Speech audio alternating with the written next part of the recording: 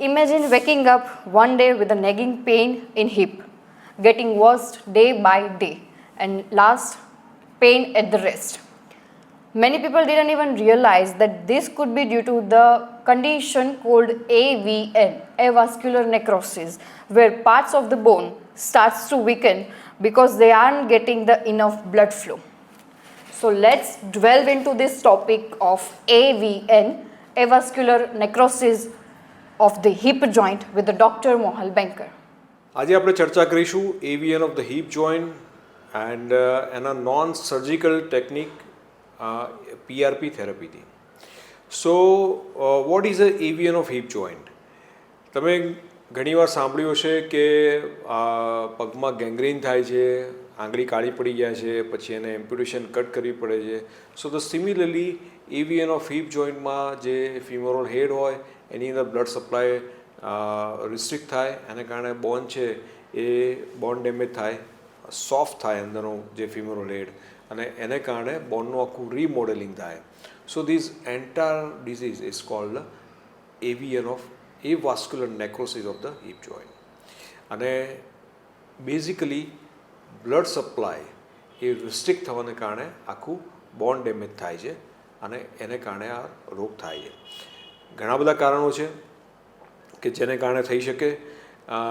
એમાં સૌથી મોટું કારણ છે દેટ ઇઝ સ્ટીરોઇડ્સ. સ્ટીરોઇડનો લાસ્ટમાં જ્યારે કોવિડ વખતે સ્ટીરોઇડનો અમર્યાદિત યુઝ થયેલો ત્યારે એવીએનના હિપ્સ ઘણા બધા વધી ગયેલા હતા. ઇવન ધો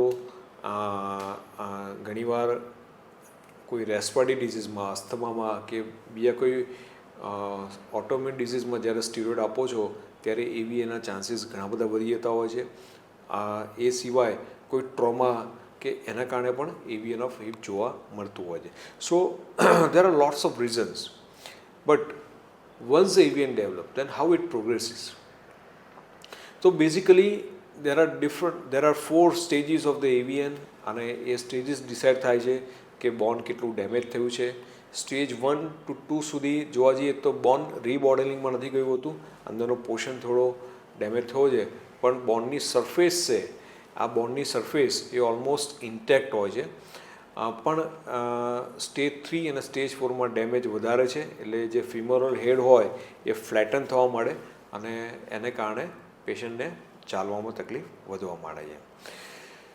the most common symptom of the patient with the AVN is a pain in walking and sitting. કારણ કે જ્યારે પણ આપણે બેસીએ છીએ અથવા ઊભા રહીએ છીએ ત્યારે હિપ જોઈન્ટ પર પેઇન ઘણું આખું આપણા બોડીનું વેટ આવે છે, અને આ વેટ લઈ શકવા માટે તેનો ફિમોરલ હેડ એ સક્ષમ નથી, અને એને જ કારણે પેશન્ટને કન્ટિન્યુઅસ પેઇન રહે છે. પેશન્ટ એ એક્ટિવિટી નથી કરી શકતા, નથી ચાલી શકતા, નથી લાંબો સમય બેસી શકતા, અને આ બધી કારણે પેશન્ટની જે લાઈફસ્ટાઈલ છે એ બહુ લિમિટેશનમાં આવી જાય છે. અને એમાં જો યંગ પેશન્ટ હોય તો ઘણા બધા હેરાન થાય છે, કારણ કે young patients are more and more active than the older patients. So ultimately AVN hip joint જે છે એ ડેવલપ થયા પછી એનું જો ડાયગ્નોસ કરવું હોય તો the gold standard is MRI. એમઆરઆઈમાં આપણે ગ્રેડિંગ સાથે આપણે સારી રીતે ડાયગ્નોસ કરી શકીએ છીએ કેટલું બોન ડેમેજ થયું, એનો કોન્ટ્રોલ કેવો છે, અને એ પરથી આપણે ટ્રીટમેન્ટ પ્લાન કરતા હોઈએ છીએ. મોટા ભાગે એવીએન થાય છે ત્યારે ઘણા બધા જે ડૉક્ટર્સ છે, મેડિકલ ફ્રેટર્નિટી છે, એ અલ્ટિમેટલી કહે છે કે તમારે હિપ રિપ્લેસમેન્ટ કરાવવું પડશે. પણ શું ખરેખર આ સર્જરીની જરૂર છે ખરી? તો ના. સો વગર સર્જરીએ પણ આ ટ્રીટમેન્ટ શક્ય છે. કેવી રીતે? So that is called with the regenerative medicine called PRP and bone bank. એમાં આપણે કરી દઈશું તો પેશન્ટનું બ્લડ લઈ એમાંથી ગ્રોથ ફેક્ટર છૂટા પાડી અને એ આપણે હિપ જોઈન્ટમાં ઇન્જેક્ટ કરીએ છીએ.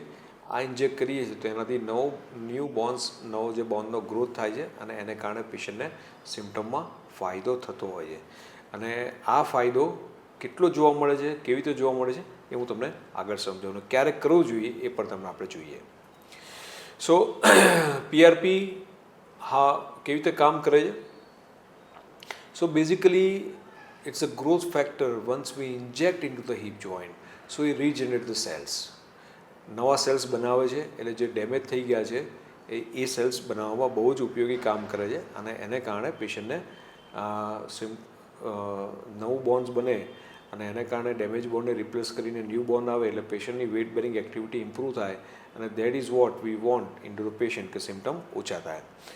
PRP આપ્યા પછી પ્રિકોશનમાં શું લેવાનું છે કે PRP આપ્યા પછી એટલીસ્ટ 10 to 15 ડેઝ સુધી કોઈ પેઇન કિલર સ્ટીરોઇડ એ લેવાતી નથી, કારણ કે જો તમે PRP આપ્યા પછી આ મેડિસિન લો છો તો PRPની ઇફેક્ટ થતી નથી. પેઇન કિલર હોય એ એની જે એન્ટી ઇન્ફ્લેમેટરી એક્ટિવિટી છે, સ્ટીરોઇડ છે એની એન્ટી ઇન્ફ્લેમેટરી એક્ટિવિટી છે, કે PRP જે કામ કરે છે નવા સેલ બનવાનું એ રિસ્ટ્રિક્ટ કરે છે, એટલે જોઈએ એવું રિઝલ્ટ આપણે મેળવી શકતા. રાહુલભાઈ, તો તમને આ એવીએનનો પ્રોબ્લેમ છે, તમારા ગોળાનો ઘસારો, તો આના માટે તમે કેટલા ડોક્ટરોને બતાવ્યું છે? આના માટે મેં 5 થી 6 ડોક્ટરને બતાવ્યું. ઓકે. એવિયન એટલે શું એ જ ખ્યાલ નતો મને પહેલા તો. તમને ખબર જ નહોતી ખબર એવીએન જ શું નથી છે? એવિયન એટલે ઓકે. શું. હા. ચાલવામાં તકલીફ પડતી હતી, બેસવામાં, અને એકદમ એવિયનની તકલીફ થઈ તો બિલકુલ ચાલવાનું બંધ થઈ ગયું. પણ એવીએન તમને થયું કેવી રીતના? આ ગોળાનો ઘસારો તમને આવ્યો કેવી રીતના? આ ડોક્ટરની સલાહ પ્રમાણે જોયું તો સ્ટીરોઇડના કારણે પણ બની શકે, કોવિડના કારણે પણ બની શકે. ડોક્ટરની સલાહ પ્રમાણે એવું કહેવામાં એટલે તમને કોવિડ થયેલું હતું? કોવિડ નતો થયો. સ્ટીરોઇડ લીધેલું? સ્ટીરોઇડ લીધેલી શેના માટે તમે સ્ટીરોઇડ લેતા હતા? સ્કિન માટે. તો રાહુલભાઈ, આમાં તમને શું શું પ્રોબ્લેમ થતી હતી? ચાલવામાં બહુ પ્રોબ્લેમ થતો, બેસવામાં બહુ પેન થતું. અચ્છા, એ કેવી રીતનું? તમે ચાલી નહોતા શકતા? બિલકુલ નતો ચાલી શકતો. સાવ નહોતા ચાલી શકતા? ના, સાવ નહીં. તો ડોક્ટર્સનું બધાનું કહેવું શું હતું? ઓપરેશન કરાયા કોઈ છૂટકું જ નથી આની અંદર. બધા ડોક્ટર્સ તમને એવું જ કહેતા હતા ઓપરેશન કરો? ઓપરેશન કરવું જ પડે. ત્રીજા સ્ટેજની અંદર છે. થર્ડ સ્ટેજ તમને આવી ગયું થર્ડ હતું? સ્ટેજની અંદર બંને પગે. એટલે આખા બંને ગોળા કઢાવીને નવા નાખવાનું નવા કહ્યું હતું? કાઢવાનો વારો આવ્યો. આટલા યંગ એજમાં આપણે ઓપરેશન કરવું બી? હું તો ટેન્શનમાં જ હતો બહુ પહેલા તો. અચ્છા, ટેન્શન. કારણ કે અત્યારે 25 વર્ષની ઉંમરમાં થવું. હા, બહુ નાના છો હજી. આટલા નાની એજમાં આ થવું એટલે બહુ એ વાત છે. તો તમે બેન્કર્સ વાસ્ક્યુલર હોસ્પિટલનો સંપર્ક કેવી રીતના કર્યો? ક્યાંથી મળ્યું તમને એડ્રેસ? એવિયન એટલે શું? અચ્છા, આ બધા વિડીયો જોતો હતો, વિડીયો જોતા જોતા આપણે એક મળ્યું માર્ગદર્શન, તાત્કાલિક જ કોલ બેક કરીને માહિતી લીધી. તો તમે ત્યાં બતાવ્યું, એવીએન માટેની સલાહ લીધી, તમે આટલા બધા ડોક્ટર્સ પાસે સલાહ લીધી, કોઈ તમને નોન સર્જિકલ ટ્રીટમેન્ટ માટે નહોતું જણાવ્યું? કોઈ નહીં. તો તમે જે બેન્કર્સમાં આવ્યા, ડોક્ટર મોહલ બેન્કરને મળ્યા, તો એ તમારી વાર્તાલાપ, તમે જે વાત કરી એમની જોડે આ તમારા ઘસારાની, એ તમને કેવું લાગ્યું હતું? એમના જોડે વાતચીત કર્યા પછી એક સંતોષકારક જવાબ મળે એમનો. આનાથી કોઈ પેલું જરૂર નથી, પણ આપણે ટ્રાય કરીએ પહેલા. અચ્છા, તમને બહુ જેન્યુઅન ઓપિનિયન આપ્યો, તમને ટ્રાય કરવાનું ટ્રાય કીધું. કરવાનો. ઓકે. જો સારું થઈ જાય તો બેસ્ટ છે, થઈ જ જશે સારું. અચ્છા, અને એવું આપણને કહ્યું. કોન્ફિડન્સ હતો આનાથી થઈ જ જશે સારું. તો તમે કઈ ટ્રીટમેન્ટ લીધી છે બેન્કર્સ વાસ્ક્યુલર હોસ્પિટલમાં? એવિયન માટે PRP કરાવી આપણે. તો તમે ફર્સ્ટ સિટિંગ કરાવ્યું ત્યારે તમને કેવું હતું? ફર્સ્ટ સિટિંગ કરાયા બાદ આપણને 30 થી 40% જેટલો ફરક લાગ્યો. ઓકે. બરાબર. ફર્સ્ટ સેકન્ડ ની અંદર આપણને બહુ સારું લાગ્યું. એ તમને એટલો કોન્ફિડન્સ આવી ગયો કે મારે સેકન્ડ કરાવવું છે? સેકન્ડ કરાવવું જ પડશે. સેકન્ડ સિટિંગ લીધું તમે,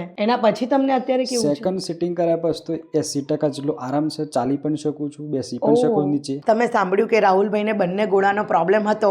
હવે હું તો એમ કહીશ કે દુવા અને દવા બંને જોડે કામ કરી ગઈ. હા, કેમ કે 100%.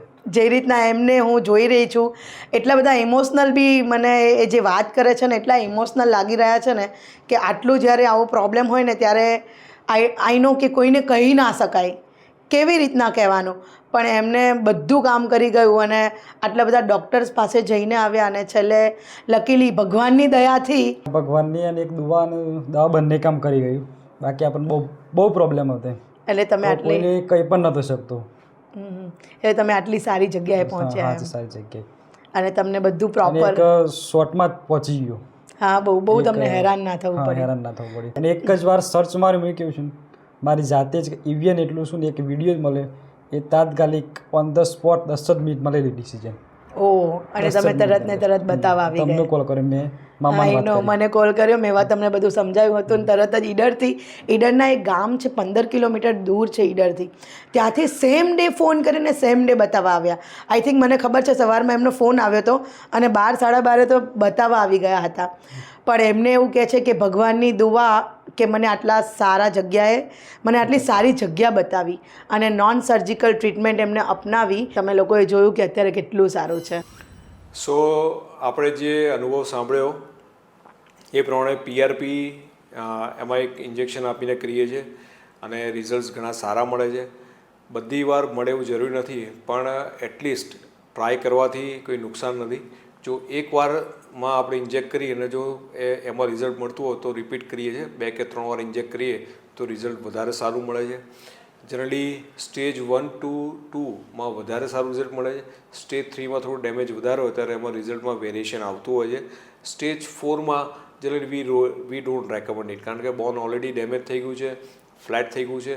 તમે ગમે તેટલું બનાવો પણ એ નવું બોન આપણે શેપ ફરી લેવાનું નથી, અને એના કારણે એમાં રિઝલ્ટ્સમાં બહુ આપણે ખાસ એટલું મળતું નથી. So we don't recommend in stage 4, પણ સ્ટેજ 1 to 3 સુધી અમે એડવાઇસ કરતા હોઈએ. સો AVN ઓફ હિપમાં પણ રિઝલ્ટ્સ ઘણા સારા મળે છે, અને નોન સર્જિકલ ટેકનિકથી આનો ચોક્કસ આપણે એની સારવાર કરવી જોઈએ. Thank you so much.